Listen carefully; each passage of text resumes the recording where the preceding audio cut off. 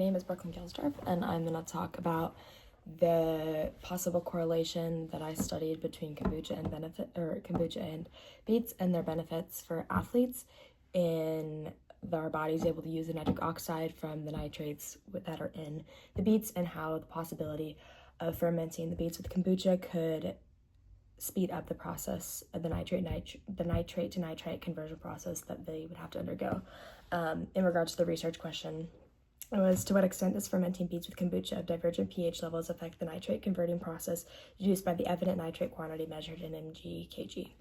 And basically, from the beginning, I knew that kombucha was an extremely beneficial liquid for our bodies, and I read on an article on Healthline reviewed by registered dietitian Amy Richard that talked about how kombucha aids in digestion, helps in reduction of inflammation, antioxidants effects, especially in the liver, antibacterial and antimicrobial resistance, reduction of heart disease, aided management of type 2 diabetes, and protection against cancer, which are all very incredible benefits from the kombucha.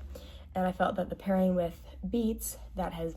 beets have now become a very large interest in the running industry because of their nitrate content, which is very beneficial because of the nitric oxides.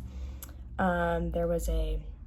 article that referenced to a textbook called Sport Specific Rehabilitation, talking about how the nitrates in beets have a potential to be an aerogenetic aid, which would be a substance that's used by athletes to enhance their energy performance and recovery. And anything that's going to help an athlete do that is very interesting and intriguing.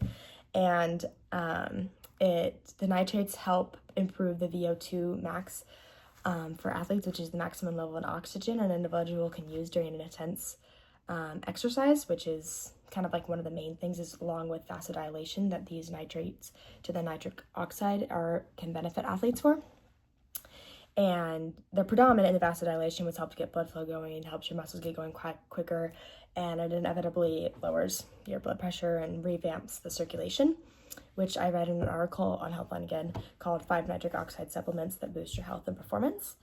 And that even talked about more how the widening of the blood vessels allows for efficient oxygen flow to the muscles, and it prevents rapid deprivation, so it makes it to where you don't get tired as quickly. And it also helps increase a lactic threshold for athletes, which is extremely cool because the vasodilation enables this prerequisite of removing the metabolic byproducts faster with the nitric oxide. And so